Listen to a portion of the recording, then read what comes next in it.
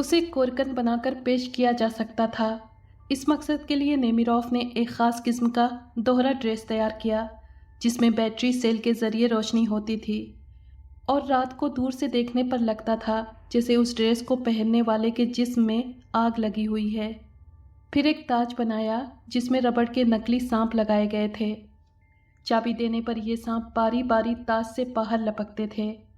एक रात उसने क्लारा को हिप्नोटिज्म के ज़रिए अपने कंट्रोल में किया और फिर ये ड्रेस पहनाकर कस्बे में ले गया। वो जानबूझकर उसे आबादी के करीब घुमाता रहा, इसलिए कई लोगों ने दूर से ये रोशनियां देखीं। क्लारा को और भयानक बनाने के लिए वो सर्च लाइट का इस्तेमाल करता था। एक टेप रिकॉर्डर में उसने औरत की चीखें भर ली थीं ताकि लोगों का ध्यान अपनी तरफ कर सकें। जोसेफ ने, जो कि उसका मुलाजिम था और शहर से आया था, रातों को कस्बे के लोगों के दरवाजे खटखटाने शुरू कर दिए। धीरे धीरे भयानक बला का जिक्र दूर दूर तक फैल गया। इत्तेफाक से इन 8 सालों में 8 नौजवानों को किसी न किसी तरह किले के करीब जाने का इत्तेफाक हुआ और उन्हें किसी बात पर शक हो गया। हो सकता है उन्होंने किले में से जोसेफ को सामान की पेटियां लाते हुए देख लिया हो, या फिर दीवारें खोदने या फर्श उखाड़ने की आवाज़ें सुन ली हों।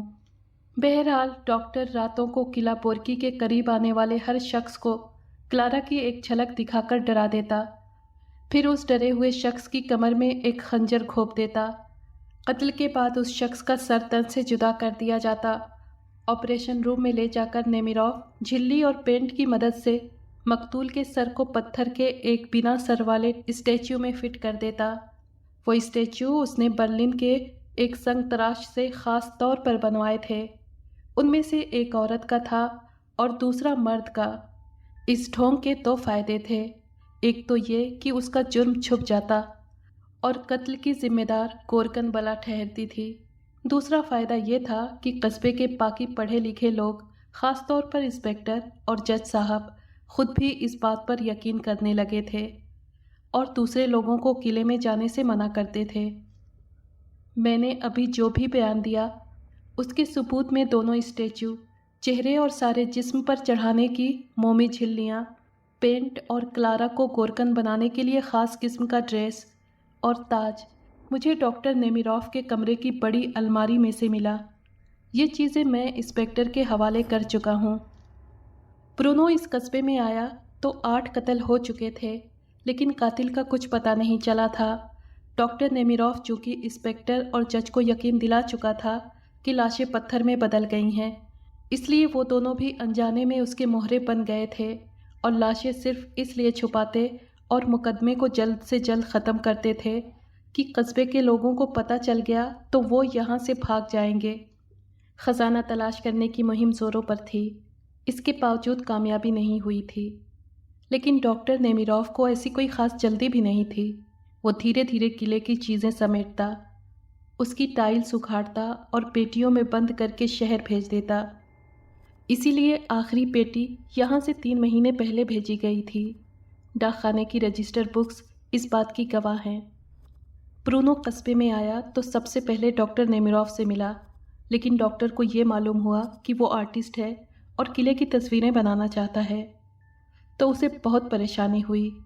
उसने ब्रूनो को समझाने की कोशिश की, मगर वो नहीं माना और इस मकसद के लिए पंचक्की किराए पर ले ली। जाहिर है ब्रूनो किले में गया होगा और उसने वहाँ ताज़ा खुदी हुई ज़मीन भी देखी होगी। ये भी हो सकता है कि उसने जोसेफ को फर्श उखाड़ते देख लिया हो।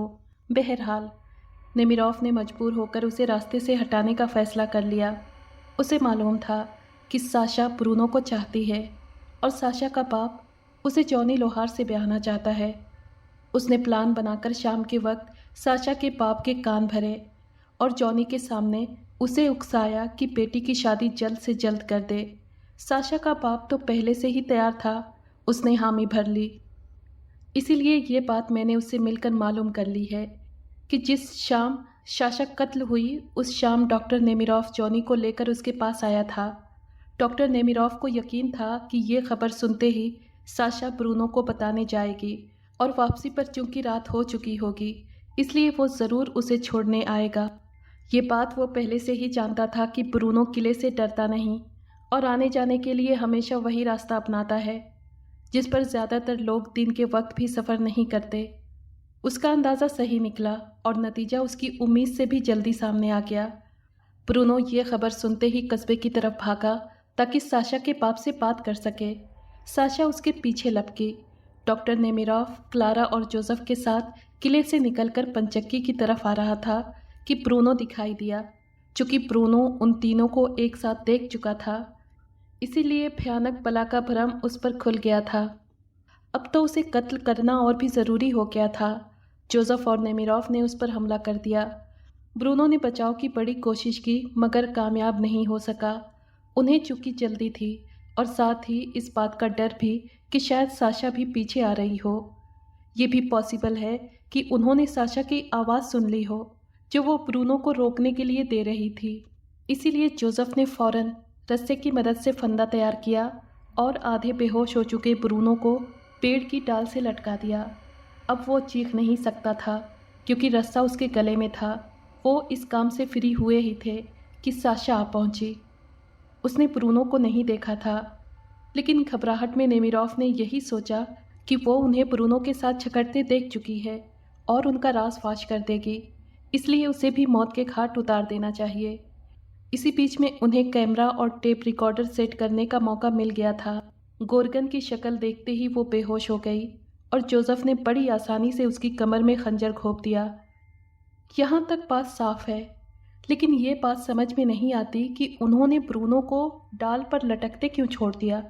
हालांकि उसूलन दोनों स्टैचू उनके पास थे और वो इन लाशों को पत्थर बना सकते थे, मगर ये उनकी पहली और आखिरी भूल थी और इसी पर प्रोफेसर को शक भी हुआ। बहरहाल वो साशा को उठाकर किले में ले गए। वहाँ धड़ काट कर ज़मीन में गाड़ दिया और सर को बड़े एहतियात से पत्थर के स्टैच्यू में फिट किया और दोबारा पंचक्की के पास डाल आए।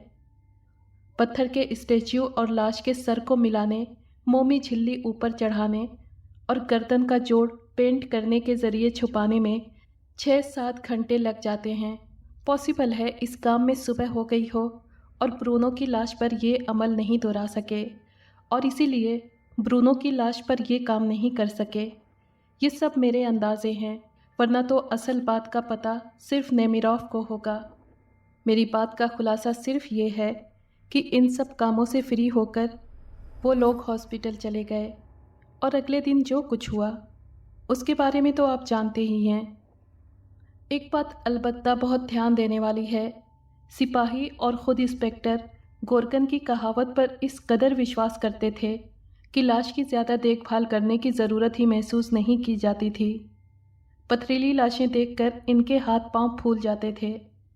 ब्रूनो के फादर और मेरे दोस्त प्रोफेसर जूल्स हाइस ने आकर इन्वेस्टिगेशन शुरू की तो डॉक्टर नेमिरोव ने एक रात उन्हें भी रास्ते से हटा दिया। इसका सबूत ये है कि मैंने प्रोफेसर की कब्र खोल कर लाश देखी। अगर लाश वाकई पत्थर बन चुकी होती तो पत्थर को वहाँ होना चाहिए था, मगर वहाँ सिर्फ खोपड़ी दिखाई दी। दफन करने के बाद किसी रात को जोसेफ ज़रूर स्टैचू वहाँ से ले जाता ताकि उसमें कोई दूसरा इंसानी सर फिट किया जा सके। आखिर हमारे दोस्त के पास 2 ही तो स्टैचू थे। प्रोफेसर की मौत के बाद पॉल यहाँ आया और उसके बाद मैं। पॉल और क्लारा की मोहब्बत को डॉक्टर नेमिरोव ने पसंद नहीं किया, तो उसकी वजह ये नहीं थी कि वो पॉल से नफ़रत करता था। उसकी वजह सिर्फ ये थी कि वो किसी कीमत पर क्लारा को खोना नहीं चाहता था, क्योंकि उसके बगैर गोर्गन कौन बनता। क्लारा का बयान आप सुन ही चुके हैं। उसने कहा है कि मैं सिर्फ इतना जानती हूँ कि डॉक्टर नेमिरोव हिप्नोटिज़म करके मुझे अपने कंट्रोल में कर लेता था। रही सामान बेचने और बैंक अकाउंट की बात, तो मैंने बर्लिन अपने एक दोस्त को तार भेजकर मालूम किया है, जो वहाँ पुलिस का आला अफसर है। मेरा ख्याल है अब सारी बात साफ़ हो चुकी है और अगर कुछ डिटेल बाकी हैं तो वो डॉक्टर नेमिरोव खुद बयान करेगा। ये कहकर मैसीटर अपनी जगह बैठ गया। डॉक्टर नेमिरोव ने जुर्म से इनकार कर दिया, मगर जोसेफ ने बयान दिया कि ये सारी घटना सही है और मैसीटर ठीक कह रहा है। इस मुकदमे के ख़ात्मे पर नेमिरोव को मौत और जोसेफ को 10 साल की कैद की सज़ा मिली। क्लारा को बाइज्जत रिहा कर दिया गया और उसने पॉल से शादी कर ली। इस मुकदमे का एक नतीजा और भी निकला, और ये कि पोर्की का किला इलाके का मशहूर टूरिस्ट स्पॉट बन गया और लोगों के दिमाग से गोरगन का डर भी निकल गया।